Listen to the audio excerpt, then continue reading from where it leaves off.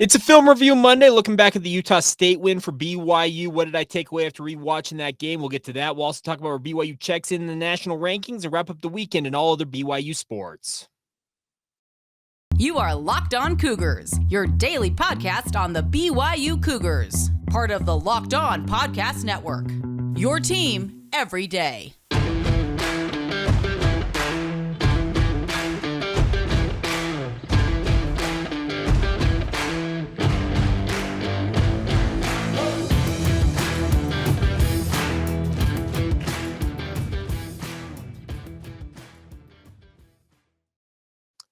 What is up, everybody? I'm Jake Hatch, your host here on Locked On Cougars, your resident BYU insider. Thank you for making Locked On Cougars your first listen of the day. I always appreciate you guys checking out the show. Our title sponsor today is our friends over at LinkedIn. We'd like to thank LinkedIn Jobs for being the official college football recruiting sponsor across the Locked On College Network. LinkedIn Jobs is helping you find the candidates that you want to talk to faster. Post your job for free at linkedin.com/lockedoncollege. Terms and conditions apply. Once again, thank you for joining us on today's show. Just a heads up for you guys that we are your only daily podcast focused on the BYU Cougars. Very proud to be part of the Locked On Podcast Network. And by way of introduction, for some of you who may be checking us out for the very first time, my name is Jake. I work for the KSL Sports Zone in Salt Lake City, Utah, as the executive producer of DJ and PK in the morning. But more importantly, I moonlight over here as your host, talking all things BYU. I've been covering the Cougars for 12 years now professionally, and obviously been watching and consuming BYU content much longer than that. Sporting my Mariners cap today. They have snapped the longest professional sports playoff drought. 2001, the last time the Mariners were in the playoffs. I was a lowly ninth grader back in the day, and now I am a 35-year-old dad of two, and it took that long, 21 years for the Mariners to return to the playoffs. You better believe I'm going to celebrate this by sporting my Navy and teal on today's show. All right, let's dive in and actually talk some BYU football. Cougars get the win over Utah State, 38-26. By virtue of that, as well as a ton of chaos around BYU, 10 top 25 teams lost games over the weekend. So BYU, obviously, you win your games, you're going to move up in that circumstance. And the Cougars moved up to number 16 in both the coaches, the more important one, in my opinion, is the AP poll. I think it's the more valid of the two, but BYU is the, I guess, quote-unquote consensus number 16 team in the country for this week. Obviously, a good spot for BYU to be in as they head now to Las Vegas to take on Notre Dame. Our friends over at betonline.ag, who will tell you about a little bit later on in today's show, have installed the Fighting Irish actually as a 2.5-point favorite over BYU in the neutral side affairs. I think the Fighting Irish just a little bit better than BYU. I actually saw another line out there from another sportsbook had Notre Dame as high as a 9.5-point favorite in this game, and I'm just wondering where that came from. I think it's a much closer game than that. I'm not all that surprised that BYU is an underdog in this matchup, and we'll have to see how it shakes out. But I want to, before we look forward in earnest, I want to look back for a minute. These are what we call Film Review Mondays here on the podcast, looking back at what I took away after rewatching BYU's win over Utah State. Pull up my little notes app that I write everything down on. And the way I went about things this week, by the way, and it might be the format I go with it forward, moving forward when it comes to these Film Review Mondays, is I put it into the good, the bad, and the ugly in terms of what I took away from my film review. So let's start off with the good. Let's start off with the good here. Number one, it was a pass breakup like bonanza for BYU in this game. Obviously facing a first-time starting quarterback in Cooper Legas. Speaking of BYU's defense, I totaled 8 pass breakups in this game. Very, very nice day for BYU's defensive backs and defensive linemen to pad their stats.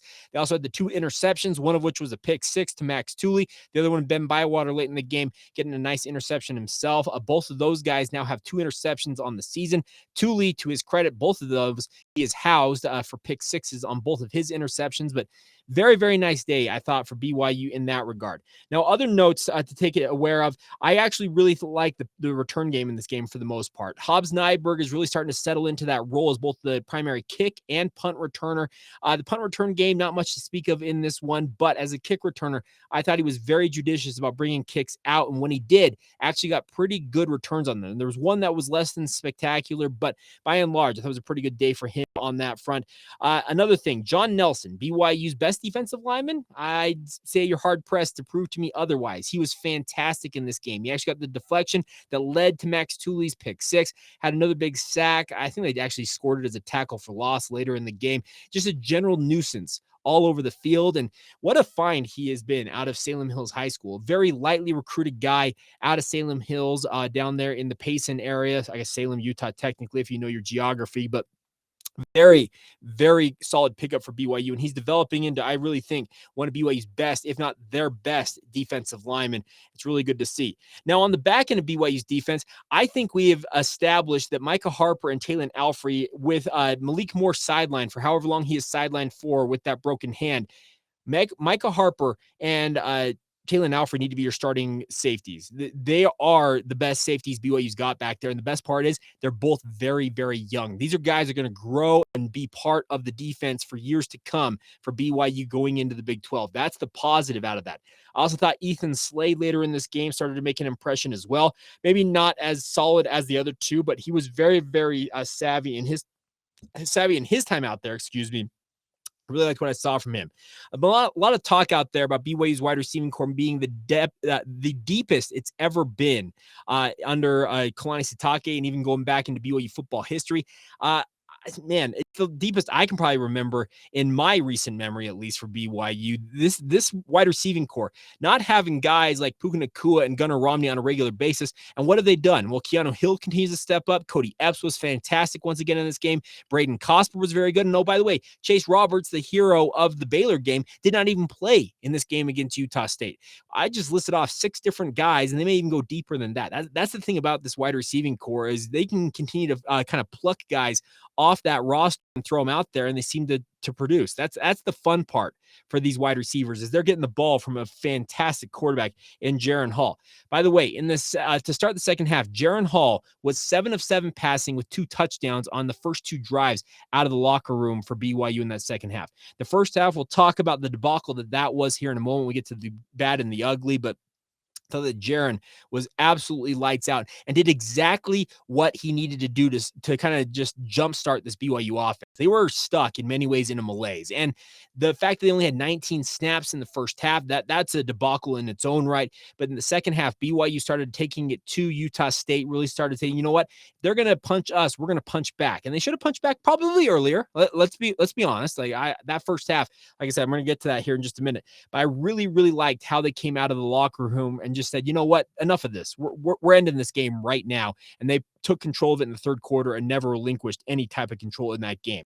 Now, the other thing, the defense, they gave up only 3 points throughout the majority of that second half. The touchdown that Utah State scored late in this game, that was against BYU's 2s and 3s. So I count that as garbage time. BYU had won the game. It was decided at that point, and then Utah State decided to keep their 1s on the field and go up against 2s and 3s. Go right on ahead. Brian Cobbs can get that garbage time touchdown, pad his stats, go right on ahead. But I'm not counting that against BYU's defense. I really thought they settled in nicely in the third quarter, and obviously finishing things up in that fourth quarter there. And then the final thing I wanted to talk about in the good here is that BYU, I felt like a lot of the time with what Wyoming and Utah State, BYU felt like, you know what, we're going to go east-west on these. We're going to try and stretch them out and use our lateral ability. Both Utah State and Wyoming proved that BYU, they were capable of gobbling that up. They were ready for it. When BYU decided to just get north-south, and I'm talking in the second half, especially in the run game, Miles Davis, before he exited with a precautionary injury, according to the broadcast, he was getting north-south. 1-step cut, get upfield. Christopher Brooks, also the same thing in the second half of this game. 1 cut, drive up field, get north and south, get up the field. That is what BYU's offense needs to see more of. There's too much dancing at times from BYU's running backs, especially when they're trying to find a hole. You got to be decisive with this zone blocking scheme. If you're going to run it, and that's what BYU's endeavor to do, they are going to run the zone scheme. That's what their identity is as a run team. They have to have running backs that are decisive. Tyler Algier put on a masterclass at what you're supposed to do in the wide zone scheme. And by the way, he had a fantastic day for the Atlanta Falcons. Just, I think, 80 some odd yards rushing, had another reception or 2 for 20 yards. So over 100 total yards in an NFL contest as a rookie. Yeah. Props to you, Tyler Algier. And BYU, they need to continue to have these guys watch some of that film from Tyler Algier last year and realize, okay, it's a one-step-and-go type thing. You've got to be able to decipher what's going on almost instantaneously at the snap and then pick a hole, hit it and drive upfield. We saw that in the third and fourth quarters of the game against Utah State. Did not see much of it in the first half. Granted, we did not see a lot of BYU's offense, period, in the first half. And we'll get to all of that here in just a minute. Let's talk a little bit more about what's going on with the good, the bad, and the ugly. We'll get to the bad and the ugly parts of what I took away from this film review momentarily. First, a word on our friends over at LinkedIn. These days, every new potential hire can feel like a high-stakes wager for your small business. You want to be 100% certain that you have access to the best qualified candidates available. That is why you have to check out LinkedIn Jobs.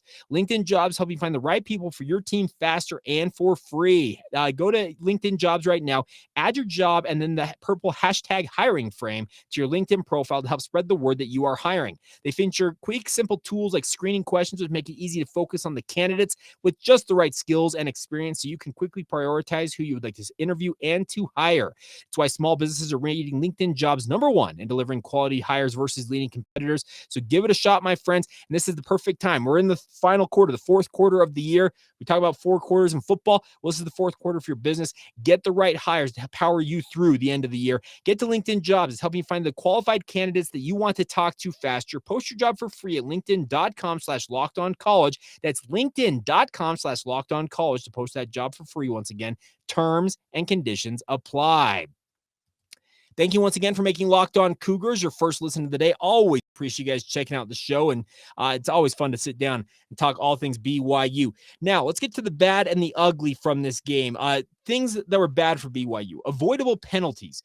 Early on in this game, Tyler Batty took exception to Waylon Lapuaho kind of sliding into the back of his knee. I think that Tyler thought he was trying to, injure him in a way, but it didn't seem all that malicious to me. But Tyler responded just the way you're not supposed to respond. He shoves his helmet into the ground, not once, but twice, earns a 15-yard penalty. Then Ben Bywater. They had Utah State stopped on a drive. Ben Bywater gets the tackle on Cooper Legault, then tosses that shoe.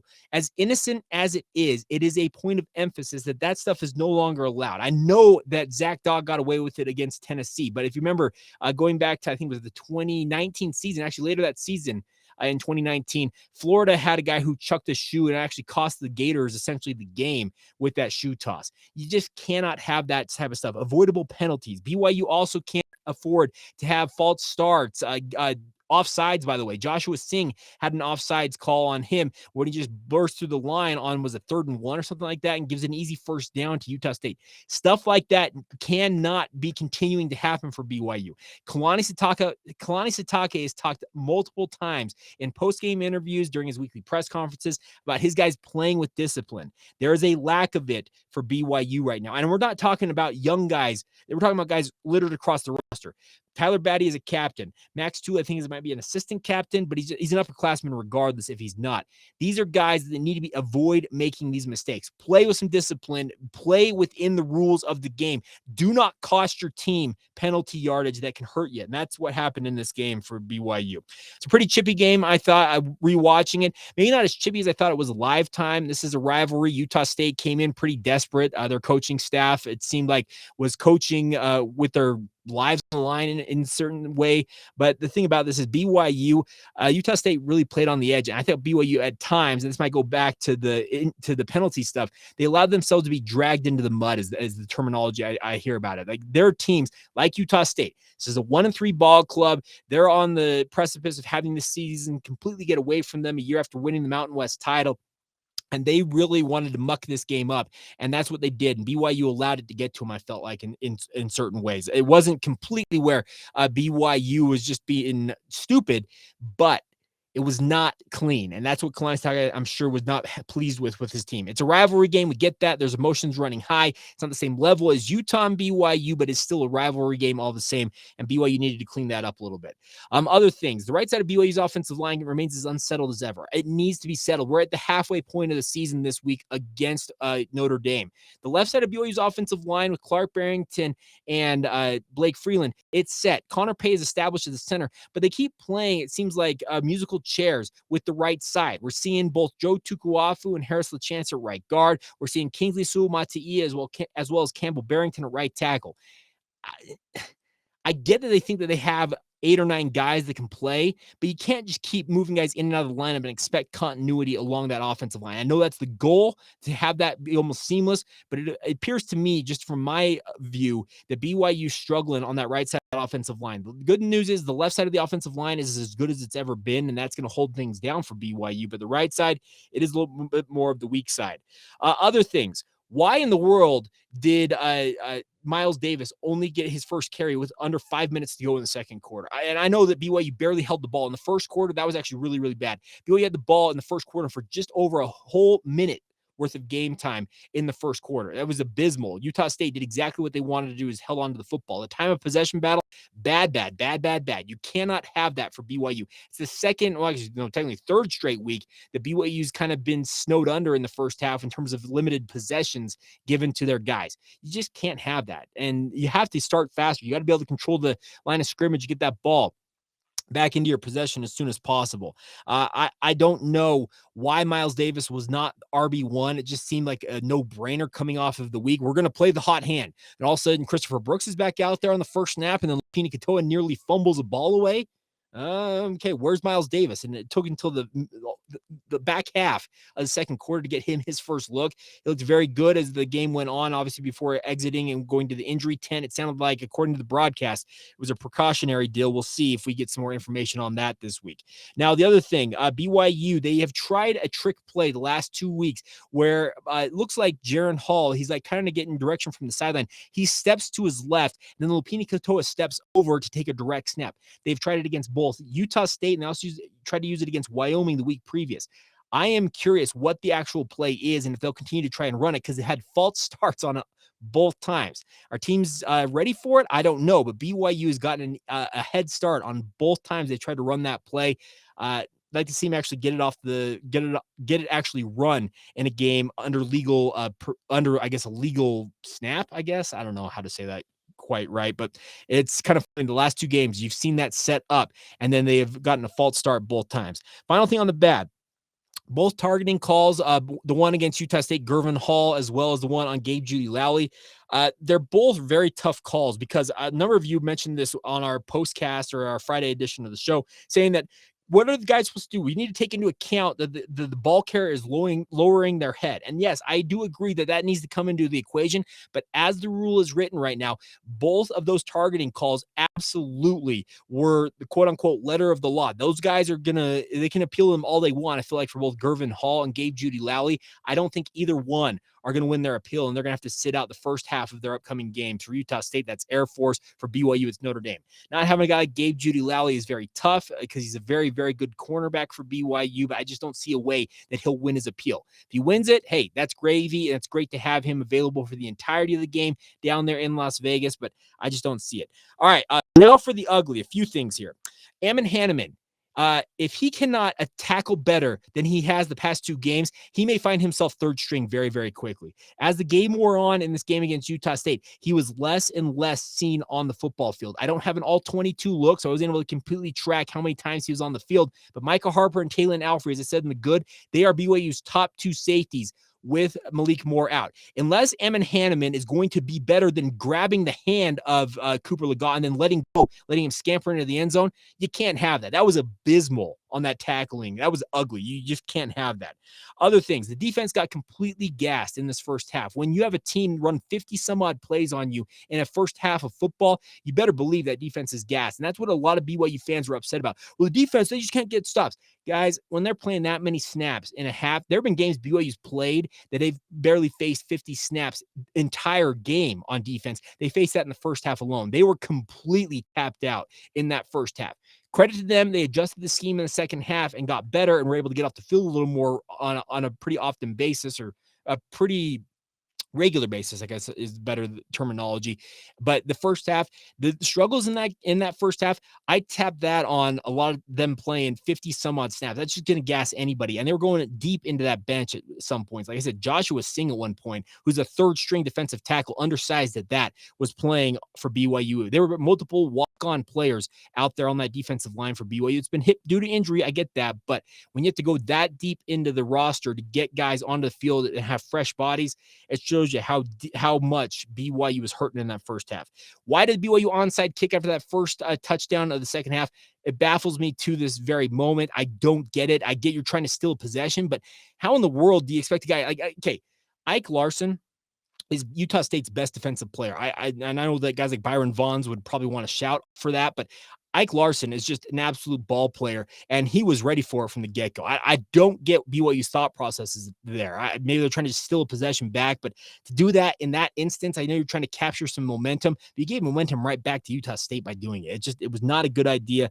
Other things, BYU getting outflanked in the run game. It's happening time and time again. And there's actually a story, I think it's called a website, called Slap the Sign. It covers Notre Dame, who are advocating for Notre Dame to run the ball down BYU's throat, and for good reason, because BYU's linebackers in this game and the defensive ends as well for BYU in this game against Utah State, for the second straight game, they are just getting absolutely swallowed up by opposing offensive lines. They're taking awful angles. They're not keeping their outside leverage. And what I mean by that is, if those who are watching me on YouTube, you can see this. So I'm pointing to my nose. So when you face a guy, if you're a defensive end in particular, or you're an outside linebacker who is tasked with holding the edge in a run scheme, and that's what Utah State was trying to do. There are a lot of pulling guards trying to get to the edge.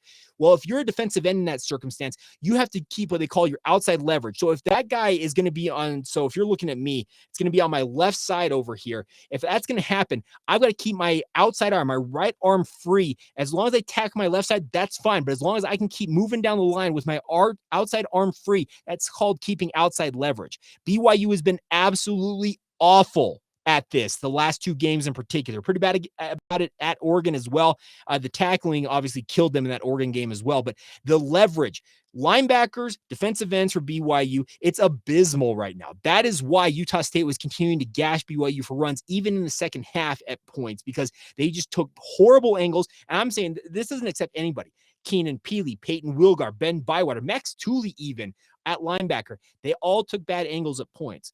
At times, their athleticism gets them over the top, and they can make a play despite taking that awful angle. But even the defensive ends, guys like name them, Tyler Batty, Earl Tuioti Mariner out there. At times, you also had guys out there like John Nelson at points. They were getting absolutely mauled on the edge, and you have to keep that outside leverage. And BYU, I don't know what it is right now. They have been awful about setting that edge. Is it laziness? Is it them being tired and just kind of going through the motions on that? It needs to be better. They've got to be more focused, or more.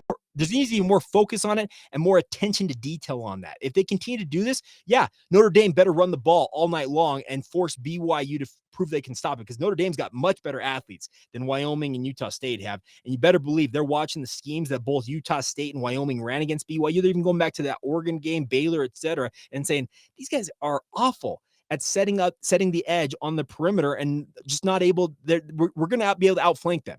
And if Utah State can do it, you better believe Notre Dame's going to believe they can do it. BYU's got to be better. They just need to have guys. You have to. It's hard. Trust me.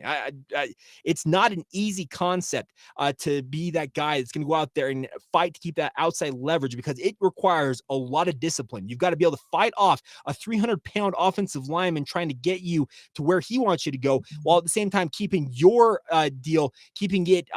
keeping your ability to make a play there as well. It requires a lot of energy, a lot of effort, and a lot of strength. And I know that doing that time after time after time wears the guy out. They've got to be better at it. They've been just it's unacceptable what BYU's doing right now. All right, final couple of things. Also, Jake Oldroyd, the kicking. Now, I'm a golfer. I've played golf since I was 6 years old, so I've been playing for nearly 30 years of my life. There's a thing called steering the ball where you want it to go, and it's something you don't want to do in golf. When you're not hitting the ball, getting good contact on it, a lot of times, trust me, I do this all the time. I get to points in the season where my dad will look at me and says, "Hey, you're steering the ball. Get back to hitting the ball." And what he means by that is when I'm trying to hit a golf ball, I'm trying to kind of finesse it and send it to a spot that I'm trying to get it to. I feel like, and trust me, I'm no expert on this, I feel that's what Jake Oldroyd's trying to do right now. He's not kicking the ball so much as he's trying to steer it to a point. And the problem is when you try and steer it, you're trying to manipulate it and manipulate your mechanics, both in my golf swing and with his kicking motion, and it's causing issues. The funny thing is his 45-yard field goal looked like the Jake Oldroyd we had known to come and we had come to know and love over the past few years. But then the 35 and the 33-yarder he missed later in the game, it looked like he was staring at once again. Even the PATs he kicked, they were going left, right, and one of them went down the center. But he is trying to he's not hitting the ball confidently right now. And no, why would he be? He's one of 6 in his last 6 field goal attempts. He's got to be inside his own head. And maybe at some point he pulls himself out of it, but BYU has to consider using another guy out there if this is how Jake's going to go about it. Like I said, he's trying to manipulate the ball versus just kicking it with confidence. And I don't know what you can do to get him out of that slump, but you need to do something. You got to maybe try somebody out. Give Justin Smith another look. Does Cash Peterman, is he actually ready to go? I don't know. Give them an opportunity to prove that they can be the guy until Jake Oldroyd can figure it out, because the more you let him struggle, the more it seems like he's going to be more and more into his head, and it may cost you at some point in a game upcoming where you need a field goal and you don't necessarily have a reliable kicker. It changes your entire thought process with regards to strategy down the stretch in a football game. Final thing here, when it comes to the ugly here, is Utah State. Their coaching staff, they were belly aching. Man, I've never seen a coaching staff just complain more and more and more. And the funny thing is, Blake Anderson comes on my radio show that I produce on a weekly basis, and he talked last week about, I need to have my guys talking about his coaching staff not talk to the officials. Well, good job, coach. They talked to the officials all night long against BYU. That was ugly. I know that Anderson took the 15-yard penalty for that illegal touching play in the first half there, and he was trying to get it. He had pretty much told the official, give it to me. I want the 15-yard penalty. But they just continue to bark and chomp at the bit. And that stuff, it gets old. And that's the thing about that. It just felt like Utah State, they know this season is slipping away and they're trying to do anything to get it back under control. And I think it filtered down to their players, because I'm telling you, that hit that Byron Vaughns put on Jaron Hall, that was straight up dirty. I don't care. He was trying to, no, that was a dirty play. And by the way, Jacob Bourne is not completely accepted. I know that looked pretty bad. I actually think Jacob Bourne, his hit was more legitimate than what Byron Vaughns did to Jaron Hall. That's just my personal opinion. I might be a homer in saying that, but it's kind of the way I saw it in that game. All right, so there you go. Got through my good, the bad, and the ugly. I'd love to hear your guys' thoughts. If you guys have comments, concerns, retorts, whatever you got for me, send them in on the YouTube mentions, on the comment section below the YouTube video, or DM us on Twitter, or just tweet at us. Locked On Cougars, Facebook, Instagram, or Twitter. You can send us all those different methods to reach out to us, or email us, lockedonbyu@gmail.com. We'll wrap up the show coming up here in just a minute. We do need to talk about what happened in other BYU sports over the weekend. We'll get to all of that in mere moments. First, though, a word on our friends over at BetOnline. They are your number one source for your football betting information this season, my friends. Find all the latest player development, team matchups, news, podcasts, and in-depth articles and analysis on every game that you can find out there, both in the pro and college ranks. As mentioned, Notre Dame, a 2.5-point favorite to open over BYU over with our friends at BetOnline. And as always, BetOnline remains your continued source for all sports wagering information with live betting and up-to-the-minute scores for every sport out there. It is the fastest and the easiest way to check on all of your favorite games and events, including Major League Baseball, MMA, boxing, and golf. The NBA preseason is underway. The Utah Jazz played yesterday, got absolutely run off the floor in the second half, but hey, that's what we're going for with the Utah Jazz. But once again, get to BetOnline. Use your mobile device to learn more there as well right now. That's BetOnline, where the game starts. All right, before we go on today's show, let's catch up on all the other BYU sports that are in action over the weekend. The women's soccer team, after a 2-week layoff, opened up West Coast Conference play in Moraga, California against St. Mary's. They ended up drawing 0-0 out there in Northern California. BYU, their one thing that it seems like this soccer team is lacking is consistent goal-scoring threats. And that was one of the big concerns coming off last year's run to the national championship, is they graduate, I think it was like 60 or 70% of their goals from a year ago. So obviously offense has been lacking at times. It was lacking in that 0-0 draw at St. Mary's for BYU. They're going to be back in action Wednesday night when they return home for their West Coast Conference home opener against San Francisco. The Dons will be in town. That'll begin at 7 o'clock. It'll be on BYU TV. If you want to get out to Southfield, you probably can get tickets at BYUCougars.com right now. now. Now, the 15th ranked BYU women's volleyball program had a very successful weekend in the Pacific Northwest. They opened up at Portland with a 3-0 sweep of the Pilots in the Chiles Center. Then on Saturday, went to Gonzaga. My old friend Adrian Lizer is actually on the staff at Gonzaga. Any of you who are radio listeners here in Utah know who Adrian is, worked with me at the KSL Sports Zone for a number of years. He's actually now on staff at Gonzaga, helping out with their women's volleyball program. BYU got the win there, though, 3-1 over the Zags in Spokane. So BYU off to a great start in West Coast Conference play, a 2-0 start, 1-0 for the women's soccer program. The women's volleyball program is back in action this coming Thursday when they welcome Santa Clara to the Smith Fieldhouse. That'll be at 7 o'clock itself on BYU TV. So 2 fun nights, Wednesday and Thursday night, if you want to get out to the Marriott, not the Marriott Center. That'll be the South Field for women's soccer on Wednesday night, and then the Smith Fieldhouse on Thursday night for women's volleyball. You can support the Cougars that way before you head down to Las Vegas, hopefully, and check that out.